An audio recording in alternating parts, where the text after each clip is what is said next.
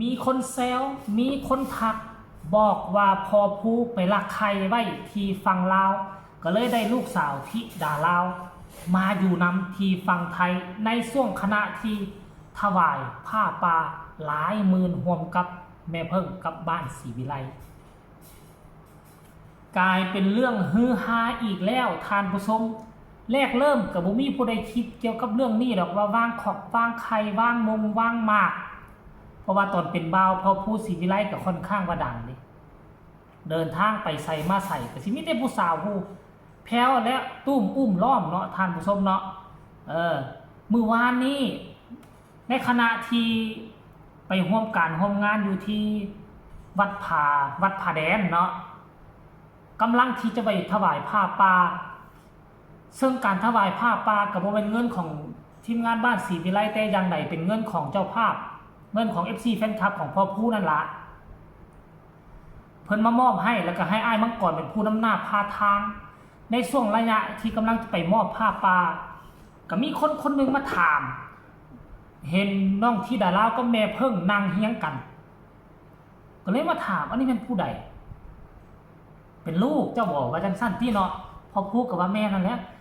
ว่าได้เป็นลูกก็แม่เพิ่งเลยเนาะคนนั้นก็เลยบอกว่าบ่แม่นเจ้าเป็นลักไข่ไว้ติเนาะบ่แม่นเจ้าเป็นลักไข่ไว้บ่จึงมาได้มาเป็นลูกเป็นเต้าว่าซั่นทั้งพระอาจารย์กับห้องใส่คักแน่ท่านผู้ชมเอ้ยห้องใส่ห้องท่วงห้องถาม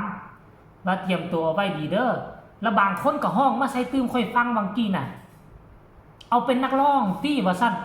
มีบางคนก็บ่ฮู้จักธิดาลาวและหาก็จะฮู้จักมือวานนี้และนับจากวันนี้เขาคงจะติดตามธิดาลาวไปแท้แน่นอนค่อยขอฟันธงเลยเพราะว่าเหตุการณ์ต่อจากน้องธิดาลาวถวายผ้าป่าเรียบร้อยแล้วนะก็มีมหาเศรษฐีคุณแม่ท่านนั้นให้ห้องเพลงให้ฟังสดๆอยู่ต่อหน้าพระอาจารย์เลยแล้วก็มอบเพลงละพันเมื่อวานนี่หั่นแหละท่านผู้ชมเอ้ยจุดกำเนิดโตนี่หั่นแหละซึ่งมันเป็นเรื่องเล่าดีๆคนมาเป็นร้อยเป็นพันบางคนก็ยังบ่ทันฮู้จักธิดาลาวมาก่อนและก็ฮู้จักคืนนี้หลายคนก็ติดตามยกโทรศัพท์มือถือเข้ามาถ่ายคลิปถ่ายรูปถ่ายห้อยกันละเนระนาดอันนี้แหละสิ่งดีๆมันจะตามมาบางคนว่างานฟรีจะไปเห็นอย่างนอนอยู่เฮือนดีกว่าเสียน้ำมูกน้ำมันบ่ได้อีหยังนอนอยู่เฮือนฝึกฝนรอถ้ามีงานแล้วจึงไปคันว่าเจ้าเฮ็ดแล้วนั่นคันบ่มีงานเจ้าก็บ่ได้ออกไปเจ้าก็บ่ได้ห้องเพลงมันเฮ็ดให้เจ้าเดินถอยหลังอันนี้งานได้บ่สำคัญพอผู้ศรีวิไลพาไปเพื่อเป็นการฝึกฝนล่อหลอมเพื่อไปโปรโมตตนเองเพื่อไปให้คนที่บ่ฮู้จักได้ฮู้จักตนเองมากขึ้นกว่าเก่านั่นเองท่านผู้ชมเนาะรายละเอียดให้ทุกคนไปชมคลิปนี้นำกันแล้วจังมาพ้อกันในช่วงต่อไปชมมาพร้อมกันเลย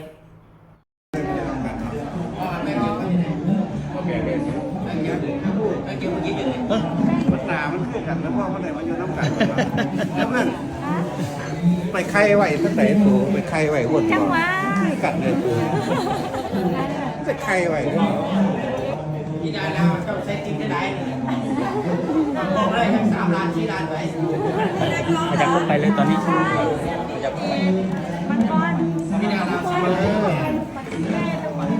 เข้าไปหาแม่เลยไปกับหลังแม่เลยจะเพิ่งพาลูกทำเลยนะบ้านศรีวิไลเราครับถวายผ้าป่าแม่ถาวรแล้วก็คำครับเป็นเจ้าภาพหลักให้พี่มังกรเป็นตัวแทนเอาจับต่อกันนะลูกนับดูนี่ว่าเท่าไหร่นับบางที่ประธานมียอดด้วย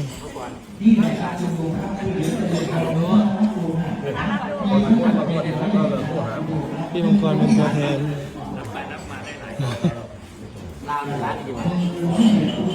ร้านเล่าจังหวัดไทย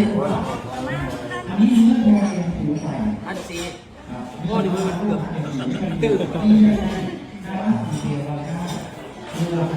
ในจังหวัดไทย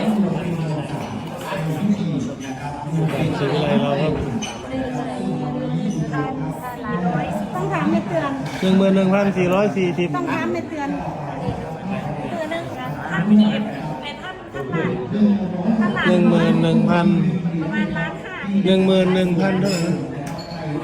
11,140 อ้าวทุกคนจับมือต่อกันลูกจับต่อกันนะอนุโมทนาสาธุ อันนั้นบ้านศรีวิไลเป็นที่นั่งมักใหญ่สักวิหารข้าราชการหลวงพ่อสำเร็จได้ยัง ยังเลยครับ พ่อหันพ่อเดแวนเป็นหลวงพ่อสำเร็จเป็นใหญ่ขึ้นตัวรับความรู้ได้ใหญ่ขึ้นตัว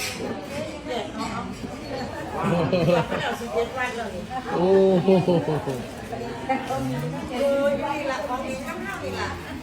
เล่นกินตีมากดีๆได้สูงแรก ติดหนักขึ้นเอง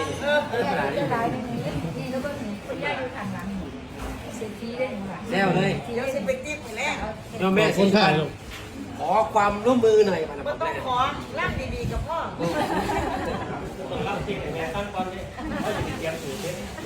เอาจะก่อนเด้อ เอานักร้องนี่นักร้องมาเสีย เศร้าอีกหมอร่างขอมานั่งหมอร่าง พี่ไปเข้าไปพี่เคเข้าไปพี่เคเข้าไป เมื่อไหร่เนี่ยก่อนโอ้นี่เดี๋ยวพญา คิวโมเข้าไปโมเข้าไป ไปลูกจะแบ่งพี่สาวเด้อไม่ธรรมดาเนี่ยเมียเราไม่ได้ สุดท้ายสารวัตรมาสารวัตรเข้าไปสารวัตรเข้าไป เป็นเสียทีครับ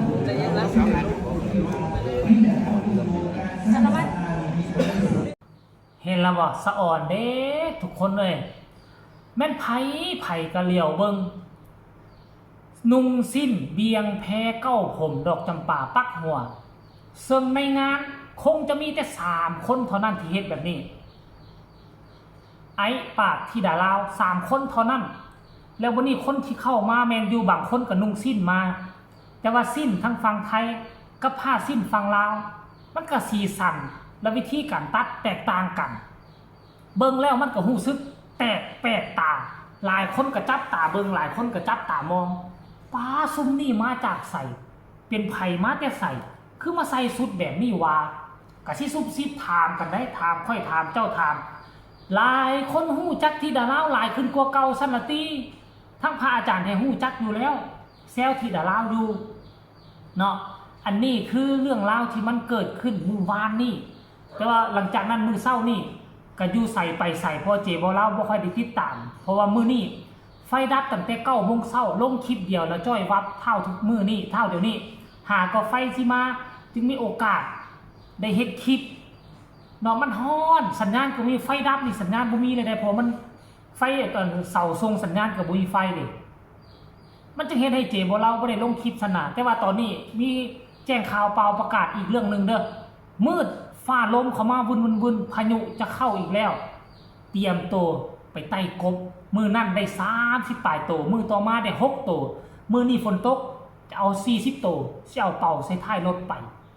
มาลุ้นกันว่าเจบ่เล่าจะได้หรือบ่ได้ค่ำคืนนี้สำหรับคลิปนี้ฝากกดไลค์กดแชร์กดติดตามที่สำคัญอย่ากดข้ามโฆษณาเนาะผู้ใดมีคำตำหนิติชมคำคิดคำเห็นแนวใด